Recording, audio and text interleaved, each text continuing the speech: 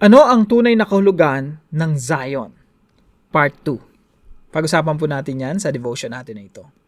Magandang araw po sa bawat isa sa inyo. Welcome back to our 365 Daily Devotions Seminary Edition. Binabati ko po muna si Ma'am Rosana Flores, Lilia Salvador, and Joven Pilas-Pilas. Maraming salamat po sa inyong mga comments. Na-appreciate ko po ang inyong presensya dito sa ating mga devotions. Now, yung topic po natin ay part 2 ng talakay natin kahapon patungkol sa Zion.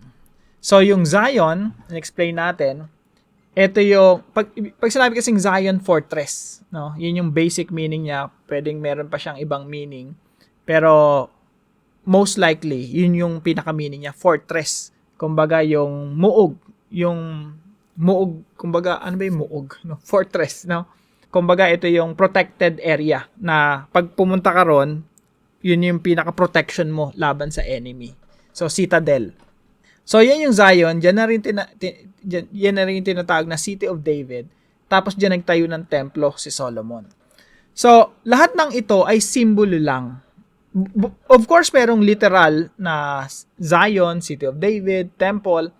Pero ito ay anino lang, simbolo ng darating na masigit pa. Sino yung masigit pa na darating? Si Kristo. So, ito ay parte ng Old Testament. Pagdating sa New Testament, yun na yung fullness. Yun na yung reality.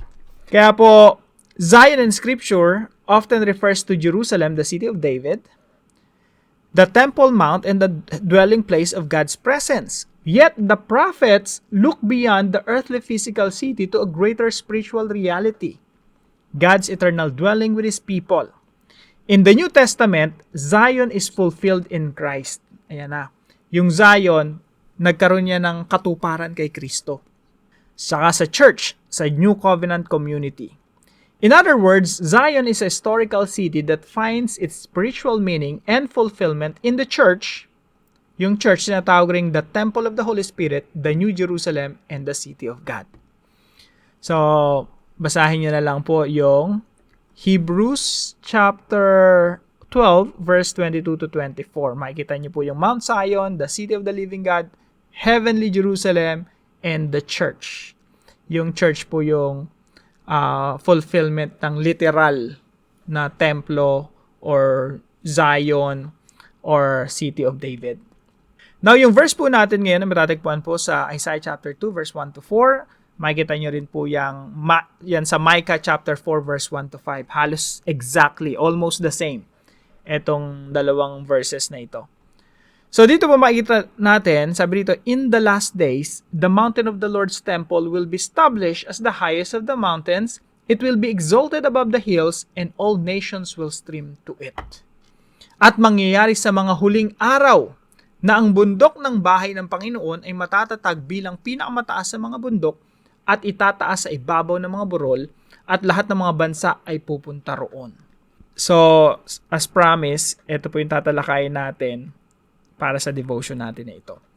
Pero, unawain muna natin anong ibig sabihin ng in the last days. So, yung pinakapuntos po natin, mga teachings natin ngayong araw, number 1, in the last days, Mount Zion will be revealed and exalted. Sa mga huling araw, yung Mount Zion, mas maiintindihan na natin. It will be revealed and exalted. Sabi nga rito, it will be exalted above the hills and all nations will stream to it. So, ano nangyayari dito? Ano yung nakikita ni Prophet Isaiah? So, ang nakikita dito ni Prophet Isaiah, yung Old Covenant o yung lumang kasunduan ng tao at ng Diyos, kasunduan ng Diyos at yung bayan ng Israel, magkakaroon to ng wakas. Yung dulo nito, ito yung tinatawag na yung mga huling araw. Ibig sabihin, magwawakas. Pag malapit ng magwakas, yun na yung mga huling araw. Paano natin malalaman na magwawakas na yung lumang tipan? Of course, pag dumating na si Kristo, magwawakas na yung lumang tipan. Bakit? Magkakaroon na ng bagong tipan. Magkakaroon na ng new covenant. Kasi nga, sa lumang tipan, nag-aalay sila ng hayop. Sa bagong tipan, si Kristo na yung alay para sa kapatawaran ng ating mga kasalanan. Ibig sabihin, mawawalan ng bisa yung Old Covenant. Meron ng New Covenant. Yung totoong bisa, yun yung reality. Ibig sabihin, lahat ng mga sacrifices sa Old Testament, sa Old Covenant, ano lang yun, technically wala yung bisa. Ang bisa talaga nun, yung pananampalataya kay Kristo na darating.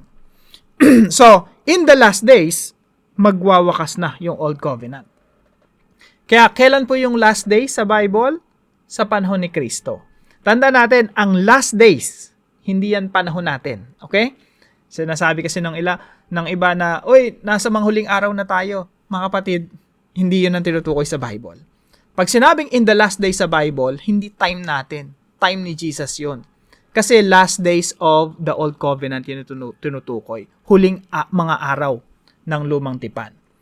Kaya po sabi rito, sa Hebrews chapter 1, 1-3, in the past, God spoke to our ancestors through the prophets, sa Old Testament, at many times and in various ways. But in these last days, kailan daw yung last days? Sa panahon nila. These last days, He has spoken to us by His Son. So, nung dumating yung anak ng Diyos, si Jesus Christ, yun na yung last days. Ulitin ko po sa Tagalog. Subalit sa mga huling araw na ito, panahon nila. Isipin nyo, nagsusulat yung writer ng Hebrews. Sabi niya, sa mga huling araw na ito, hindi na natin time nila. Kailan yung time nila? Nung dumating si Jesus. Yun na yung last days. Nagsalita siya sa atin sa pamamagitan ng anak. Yun pala yung mga huling araw. So, nagsasalita si Jesus Christ sa pamamagitan ng anak. So, in the last days, Mount Zion will be revealed and exalted. So, kailan yung Mount Zion? Kailan maihahayag? Kailan natin maunawaan ano ibig sabihin ng Mount Zion? Sa New Testament, sa time ni Jesus. Kaya i-interpret natin itong Isaiah chapter 2, verse 1-4, na nagsimula sa panahon ni Jesus. Kasi yung last days ay panahon ni Jesus. So, interpret natin. So, since the time ni Jesus Christ, yung mountain of the Lord, o yung Zion, it will be established. As the highest of the mountains, it will be exalted above the hills, and all nations will stream to it. Kahapon, pinag-aralan natin na yung Zion pala, yung mountain of the Lord, ito pala yung church. The people of God. Kaya po nung sinasabi dito na, and all nations will stream to it, ibig sabihin, ang lahat ng mga bansa ay pupunta roon, ibig sabihin, papasok sila doon sa kaharian ng Diyos sa pamamagitan ng church. They will stream to it, dadagsa sila sa church. Kaya yung church ni Jesus Christ, all over the world, basically, tayo, nakapasok na tayo doon sa people of God. Kasi yung Zion, church yun. So, lahat ng mga bansa, makakabilang doon, makakapasok doon sa people of God. Ito po ay alinsunod sa utos ng ating Panginoon Jesucristo na disipuluhin lahat ng mga alagad. And sabi dito, many peoples will come and say, come, let us go up to the mountain of the Lord. Tara, makipag-fellowship tayo. Let's be part of this church, the church of Jesus Christ. To the temple. Sino yung temple? The church. The temple of the God of Jacob. Bakit? Anong meron doon sa church? Jesus, the Messiah, will teach us His ways so that we may walk in His path. And sabi dito, the law will go out from Zion, the word of the Lord from Jerusalem. Point number 2. All nations will stream to Mount Zion to submit to Jesus. Again, yung Mount Zion church yon sa New Testament. So, all nations will stream to the church and they will submit to Jesus. Diba yung church nagpapasakop sa head of the church, Jesus Christ? All nations, hindi lang mga Hudyo. Hindi po ito, ang fullness po nito, ang reality nito, ang katuparan nito, yung church dadagsain. Yung mga bansa magiging membro ng iglesia ng ating Panginoon. And they will submit to King Jesus. And point number 3, the law of King Jesus will govern the nations. Sabi nito, the law will go out from Zion, from the community of God, the church, the assembly of Christ. The word of the Lord from Jerusalem, again yung Jerusalem, church pa rin yun, New Jerusalem. Then He will judge between the nations and will settle disputes for many peoples. They will beat their swords into plowshares and their spears into pruning hooks.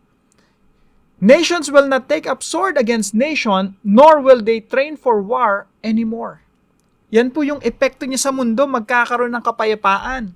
Isaiah chapter 9 verse 6 and 7. Of the increase of His government and peace, there shall be no end. Simula ng pagkapanganak ng ating Panginoon Jesucristo, lalaganap na yung kapayapaan. Tingnan niyo po kung gaano kagulo yung mundo dati, Old Testament hanggang sa New Testament. Ngayon, bilang mo na lang sa daliri mo yung nagigera sa mundo. Bakit? Natutupad po ito dahan-dahan. They will beat their swords into plowshares. Imbis na mga espada yung ginagawa ng mga tao, nagiging busy sila sa economics, no? Imbis na espada ang gagamitin mo dun, yung bakal, imbis na gagawin mo yung espada at sibat, gagamitin mo na lang, gagawa ka na lang ng mga gamit na pang-farming. Yan yung nakikita ng mga propeta sa Old Testament. At ito po yung nagkakaroon ng katuparan ngayon. Nation will not take up sword against nation, nor will they train for war anymore. That's why we can have this confidence na someday, mawawala na ng gera. Kung paano nawawala yung mga sakit, no, na dati namamatay yung tao sa, matitinding karamdaman. By the way, yung polio, ngayon wala ng polio. Dati meron nun. Naalala ko, pinapatakan pa ako. Nauubos yun nawawala. Someday magkakaroon ng gamot sa cancer. Pero dito, ang tinutukoy dito, yung gera mawawala. Sipin niyo po yan. Nation will not take up sword against nation, nor will they train for war anymore. That is the future. The law of King Jesus will govern the nations. Now, dako po tayo sa application natin. Number 1, study end times doctrine biblically. Ito yung totoong end times doctrine. Na si Jesus yung nananalo. Yung Great Commission yung namamayagpag. Yung kingdom ng Diyos ang nananalo. Hindi yung parang lagi na lang mundo pasama ng pasama at talo tayo mga Kristiyano, gulpi sarado. Ito yung totoong end times. Of the increase of His government and peace, there shall be no end. Victory of the Great Commission, go disciple the nations. Yung mga nations, dadagsa talaga sila. Sa Zion, yung spiritual Zion, the church. At yung mundo natin magkakaroon ng kaayusan. Mawawala yung gera. Mawawala yung mga... alam niyo po yung isa na lang na magiging kalaban natin, kamatayan na lang. Yan na lang ang hindi masosolve ng tao. Kasi po sabi sa Bible, the last enemy to be defeated is death. Kaya po yung mundo natin, isasaayos talaga ng ating Panginoon. So, study end times doctrine biblically. Tingnan natin yung tagumpay ni Kristo. Hindi yung tagumpay ni Satanas, tagumpay ng Antikristo, tagumpay ng mga masasama. Pangalawa po, see current events through the eyes of faith. Ang theology po natin, ang pananampalataya natin, hindi natin binabase yan sa mga news, sa mga newspaper, sa mga palabas. Na pag nakikita natin, ang dahil maling nangyari, ang papangit ng mga nangyari sa mundo. Of course, yung mga news, mga news na makikita natin sa online, ang emphasize yung mga pangit. Pero how about yung ginagawa ng Diyos na mabuti dito sa mundo? Kailangan makita natin yun through the eyes of faith. Kahit po magka World War II, World War III, World War IV, 5, 6, and 7, 8, 9, 10, mananatili ako nakafocus sa Great Commission, sa tagumpay ng Great Commission. Kasi alam niyo po, kahit magka World War III, ang pagkataas ng World War III, ang makikita mo agad, yung gospel ni Jesus biglang umaabante. Parang nung World War II, no? Talagang kakaiba yung movement ng ebanghelyo ng Panginoong Jesucristo. So number 3, serve King Jesus by spreading His word. Tayo po ang nagpapakalat ng ebanghelyo ng ating Panginoong Jesucristo. Sabi dito, the law will go out from Zion, the word of the Lord from Jerusalem. At dahil po doon, yung people of God kumakalat, dumadami. At ito po yung magre-resulta ng kapayapaan sa mundo. The hope of the world, Jesus. Wala nang iba pa. Gusto ba natin ng kapayapaan sa mundo? Jesus. Wala nang iba pa. Anong solusyon sa problema ng sangkatauhan? Si Jesus. Siya yung gumapi sa kasalanan, sa kamatayan, kay Satanas, at siya yung magre-resolba at magsasaayos ng ating mundo. Para po sa ating discussion, to whom will you share God's word or the gospel today? And how will you do it? Tayo po'y manalangin. Lord God, thank you for revealing that in the last days, you will exalt Mount Zion and make it shine before all nations. Help me see by faith that every nation will one day stream to Jesus, the King of Zion, and that His righteous law will guide and govern the whole earth. Teach me to study end times doctrine biblically, to view current events through the eyes of faith, and to serve King Jesus by spreading His word with boldness and hope. Strengthen my heart to live for your coming glory and to honor Christ, the true King of Zion. In Jesus' name, amen and amen. Maraming salamat po kay Brother Rolando na partner po natin para sa devotion natin na ito. Kung kayo po ay merong natutunan, ipalam niyo lang po sa comment section right below this video. And please share this devotion to your family and friends. Magandang umaga po sa bawat isa sa inyo. See you po tomorrow 5 a.m. dito sa ating daily devotions.